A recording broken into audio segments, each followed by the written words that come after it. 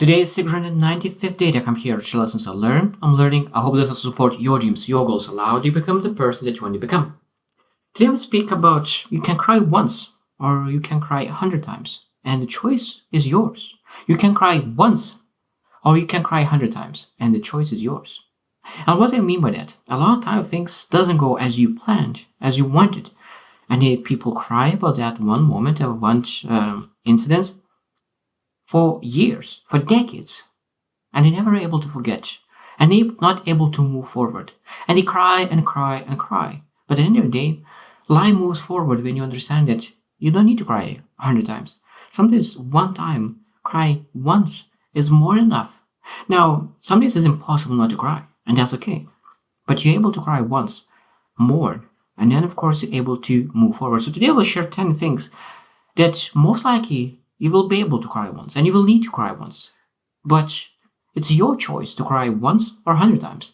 Because those things a lot of times doesn't deserve to cry more than a few times. Because some losses are huge. And there will be a lot of things that you will need to heal from. But at the same time, you're able to choose not to cry for decades. You're able to give a certain period of time and recover. So let's get into that. So 10 things that you're able to cry once, maybe a few times, but not 100 times. So first one is easy, exam failure. That means that you are a student, you want to pass exam and you get into some kind of school, but you failed. Now, of course, what you're able to do, you're able to cry and all summer cried about failed exam. But other thing that what you're able to do is to reflect what you learned, how much you learned, what you're able to improve, how better way to learn, who is a better person to learn from, and really go after exam again. Now, if you passed it and it was not able to, if you fail the exam and you will not be able to retake it, if that's worst case scenario, even though that you're able to do that the next year, if you that really bad need that exam result, if not, you will need to find different ways, different pathways. That means you need to question how I can do this. Besides getting the result that you might wanted, what are other routes to get there? So that means that you're able to cry all summer, 3 months, a year. I remember I need to pass that exam, but I failed in that. That's why my life is not as where it is. No, you're not able to say that. You said, okay, I made a mistake. I need to pivot. I need to challenge my ways. I need to find a way how I need to get to my goal. At the end of the day, no one will care about your exam results. Some people maybe will care, but 95% of people, 99% of people will never care about your exam results. They care about the value that you're able to bring to the team. Number 2 is relationships and relationship breakups. Now, I understand relationships, it's emotional thing. It's you had memories, good emotions, everything. You have so many things together, and now you potentially want it, you potentially didn't want it, and sometimes relations break up. So that means, are you crying for years and you're not able to heal, or are you a person who say I need to mourn, I give myself some time to heal, to mourn, but that time is limited. I don't want to spend all my life to really to complain and cry about things that is in my past. I need to learn from it. I need to get better, improve, because most relations doesn't break for one person. Most time it's both people include in that breakup. So that means you need to ask yourselves as well, what was my part in this journey? What did I do to break this up? And when you realize that there's no one is 100%, no one is 100% fault, then you're able to adjust and pivot and improve yourself. Number 3 is job loss. So that means, of course, you can cry once. I lost a job. Next day you can go back. Allow it that one day to cry. Just be disappointed. Because I love saying 24 hours rule. Now, if it's something extraordinary bad, you can go to 72 hours rule, so 3 days. But I love 24-hour rule. So 24 hours you can be miserable, be disappointed, unhappy, and you really feel all the emotions possible. So because the more you feel those emotions in the short period of time, you will be able to get rid of them as soon as possible. Because if you try to deny those emotions, a lot of times it's even harder, and people prolong and start crying about the same thing years. Over and over again. So job loss is one of the things as well. So you lost a job, you cried for 24 hours, now go back, improve your skills, improve the communications, improve ability to sell yourself, go after finding a better job and really improve your life, getting an even better job.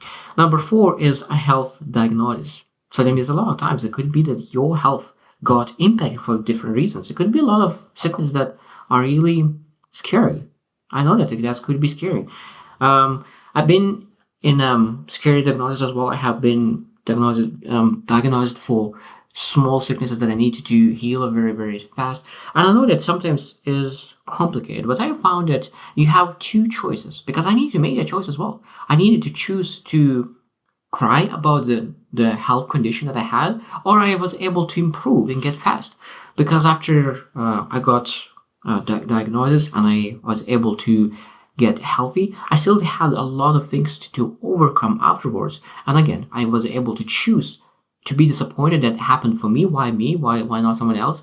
Or I was able to choose to work very hard to overcome all the adversity in front of me, obstacles, and really show that there is possible to overcome all the challenges, all the sickness much faster than any doctors could imagine. That's possible, and you're able to choose that. That's very, very powerful. And that's again, you can cry once, or you can cry 100 times. Number 5 is financial setbacks.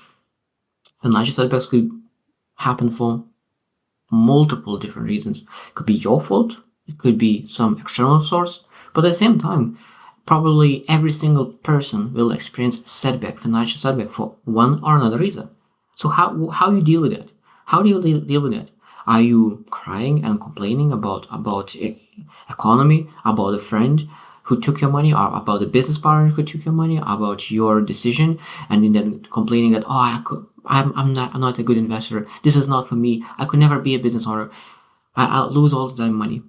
Or you can use this financial setback as a lesson to move forward, because you're able to learn and improve, get better, and go after new goals, even better than where you used to be.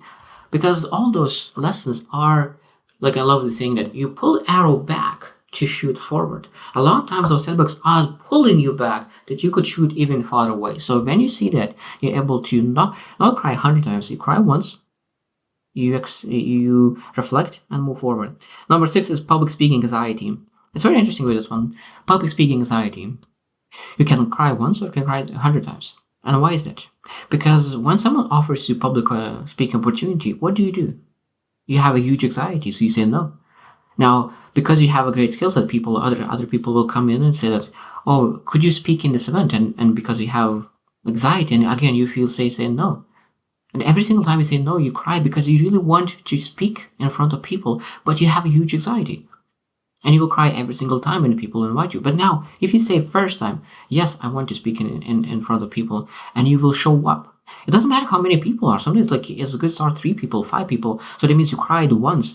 It was like blackout. You don't remember what you said. You just made it happen. Sometimes this is much more important. Like, I think that's most important part is not sometimes to really do a great job first time. The first time is always showing up. I always live by that. First time, doesn't matter how you did it, just show up and learn. Because for some reason, first time is very, very difficult for me, but I know that because I have a skill set and I have the perseverance and resilience, I will be able to last longer than anybody else, and my skill set, because of that, will outlast anybody else. And because of that, I'm not afraid to start something, even though that I'm scared. Like, if sometimes even I think that I'm much more scared than majority of people. So that means that public speaking anxiety is, again, you can cry once or you can cry 100 times, and choice is yours. So number 7 is athletic defeat. That means you can be that you prepared for competition. You was preparing for that specific competition for a year, and you tripped and you failed.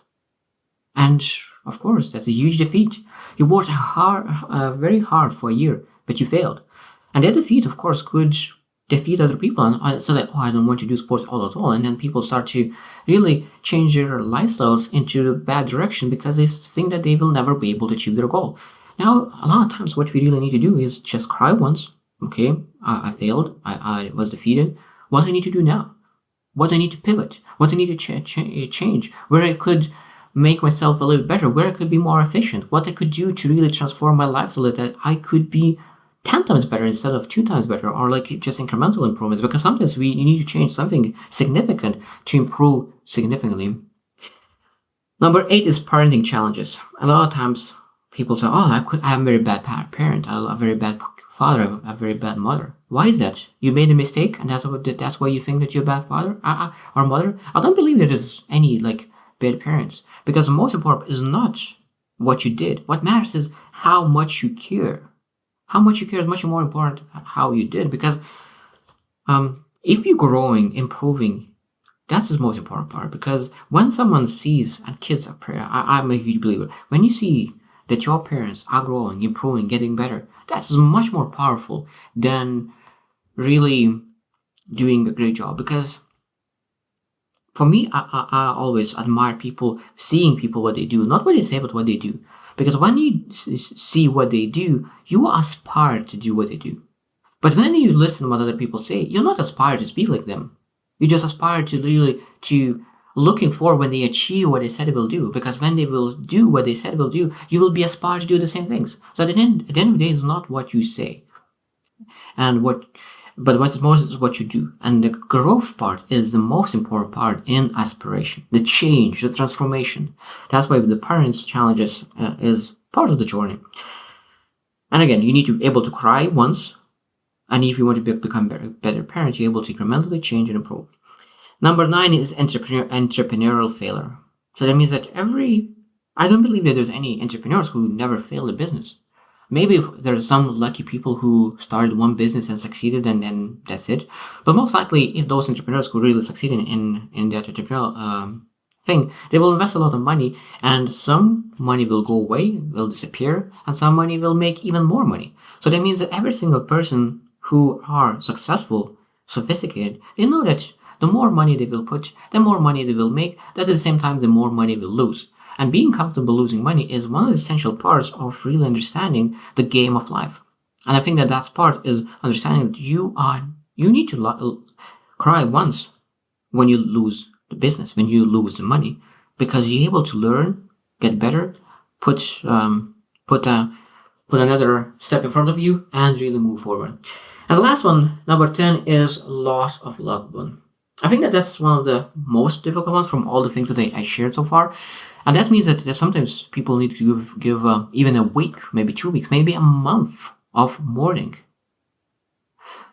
Because it's tough. It's tough to lose loved one. But at the same time, I truly believe that everyone understands that your loved one wants the best for you. So, of course, no one wants to loved one to cry and be disappointed for life because of them. So I'm a huge believer that we need to give ourselves some break, and we need to allow ourselves to feel. But number one thing that I truly believe is allowing them to feel those emotions and really bring those emotions in and allow to channel through the body, that you more you feel, the more disappointed, the more anger, the more all the feelings that you feel in a very short period of time, the more you're able to release them.